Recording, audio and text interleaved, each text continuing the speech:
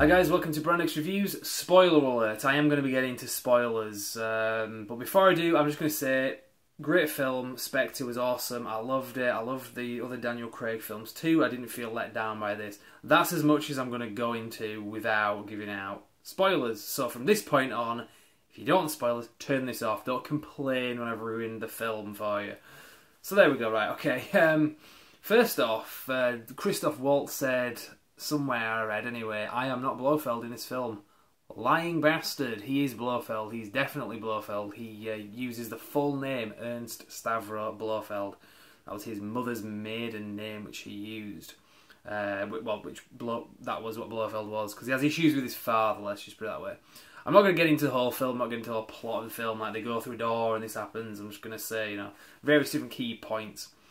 But yeah, obviously, I mean, we knew that this film was going to tie in with the films that came before it, the 3 films, the Daniel Craig films. Now, my question was, how does Skyfall fit into this? Because that was kind of a standalone film, that was a bit of a departure.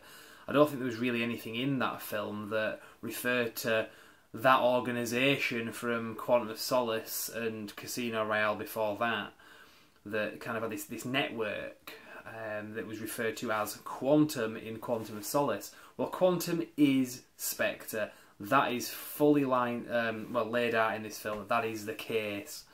But like I said, my question was, how does Skyfall fit into this? How did the Silver character, the bad guy from Skyfall, fit in? Because he was up to his stuff, yes, but it was a revenge film. Well, Spectre, Special Executive Counterintelligence Terrorism Revenge Extortion.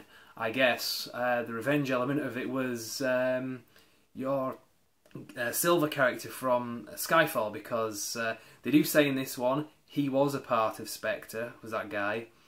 I don't think that's backpedaling, I think it was just something that they didn't go there in the film Skyfall. They could have done, but they didn't. They just said, yeah, he's kind of doing a lot of you know, espionage stuff, but they didn't go into who he was working for, because his revenge plot against them kind of overshadowed all that.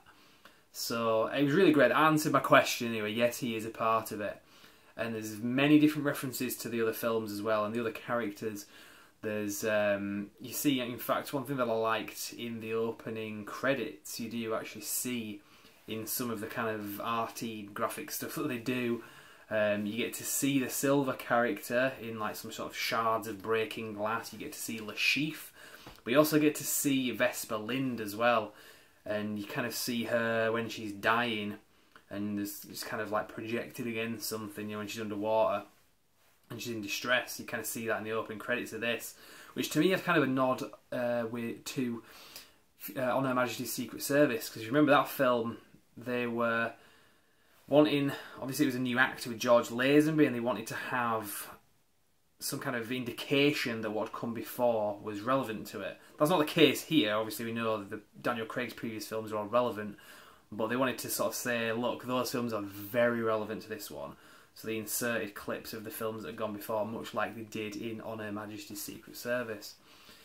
So that was great. There were a few other little nods as well. There's a bit where you get to see Mr. White, if you remember him, the guy that James Bond shot in the leg at the end of Casino Royale, and then you saw at the beginning of Quantum of Solace. Obviously he escaped in Quantum of Solace, Mr. White did. He's in this, as you know from watching the teaser trailer, well, on all the trailers pretty much. He's in a bit of a bad way, and a lot of the story has to do with his character and what he's been up to. And there's a bit where they go to his kind of like tactical room or whatever, his little office, and he's got videotapes, and on one of them it says Vesper Lynd interrogation. James Bond looks at it and doesn't look too happy to see it. You don't see the tape get played, but you see that's something that he had. So again, that was another nod to the previous films.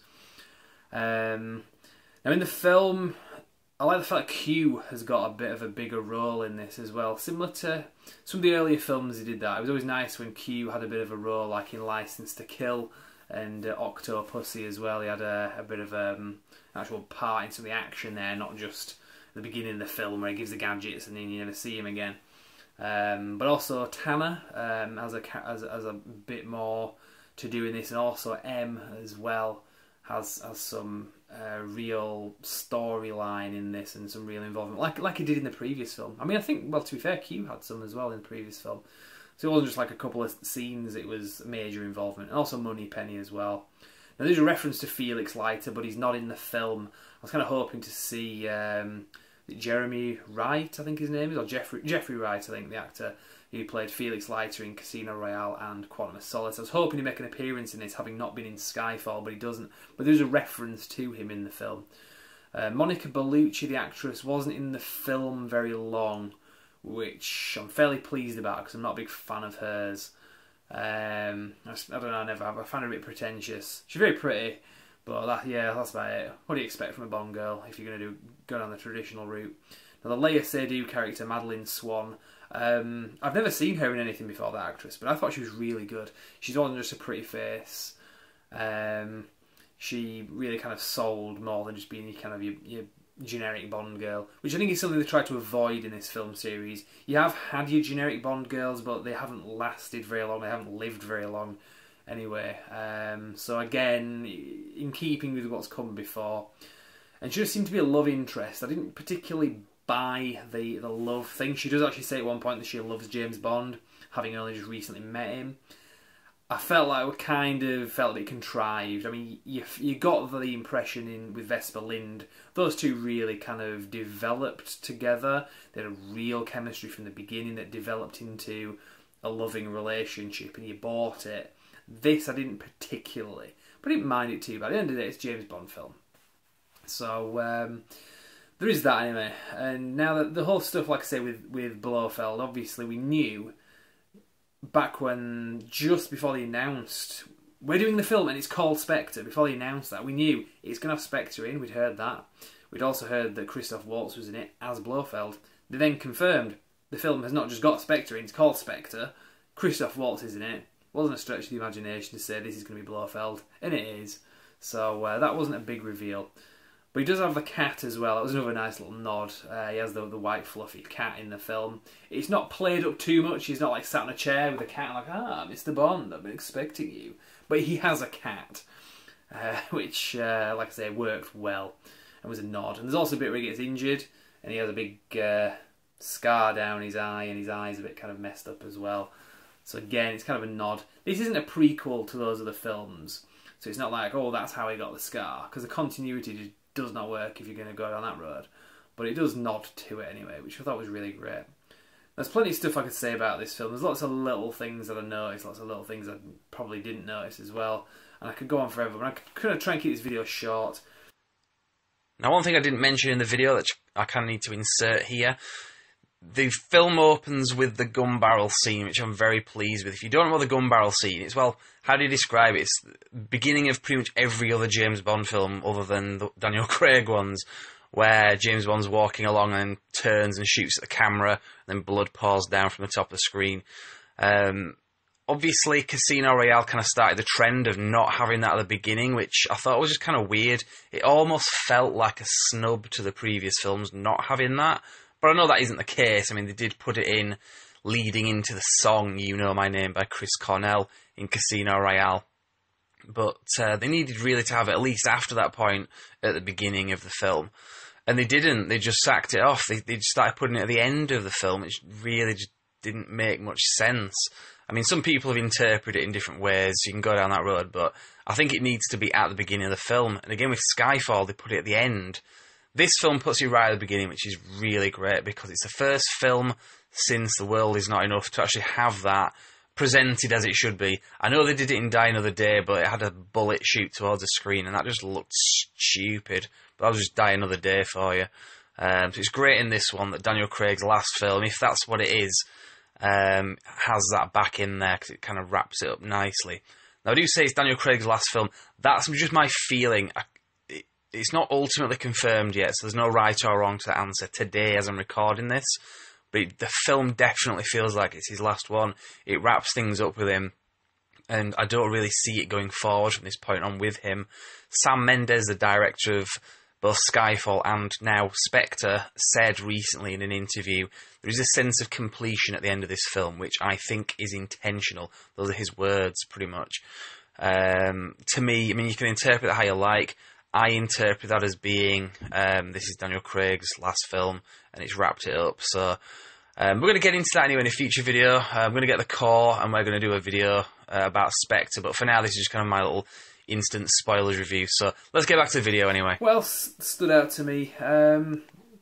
The ending, well, there's kind of a pre-ending. There's your kind of bit leading up to where you go to the villain's base, which is very reminiscent of the volcano. He's in an asteroid crater, but it's kind of looking a bit like a volcano thing. So I was reminiscent of You Only Live Twice again, a nod to what's come before.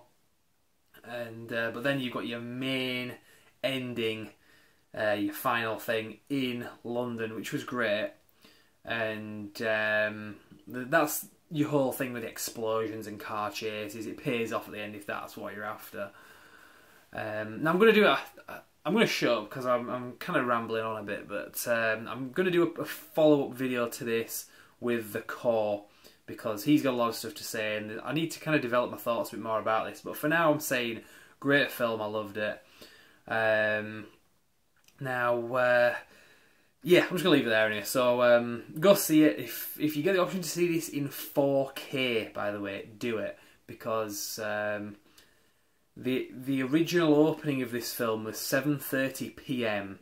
Couldn't get an earlier showing. Something to do with the premiere. The film got delayed from 23rd to the 26th because of the premiere. But instead of going at 7:30, we went at 7:50.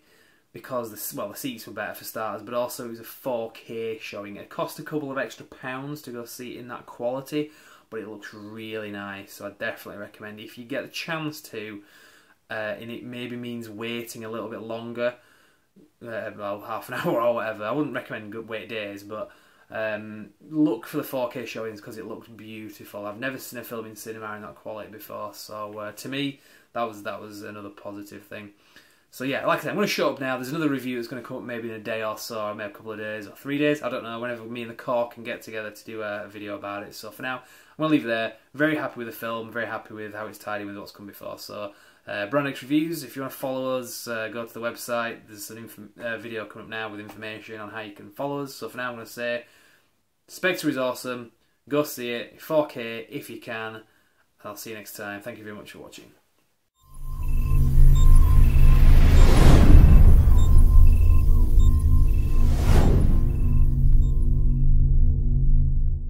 Hi guys, I hope you enjoyed the video. Just so you know, for more news, reviews and retrospectives, you can like our page on Facebook, simply called Brand X Reviews. But as well as that, you can also subscribe to us on YouTube via this video. You can also bookmark our website, which is brandxreviews.com, which is pretty much a central hub for everything that I've just mentioned. So check that out and we will see you next time. Thank you very much.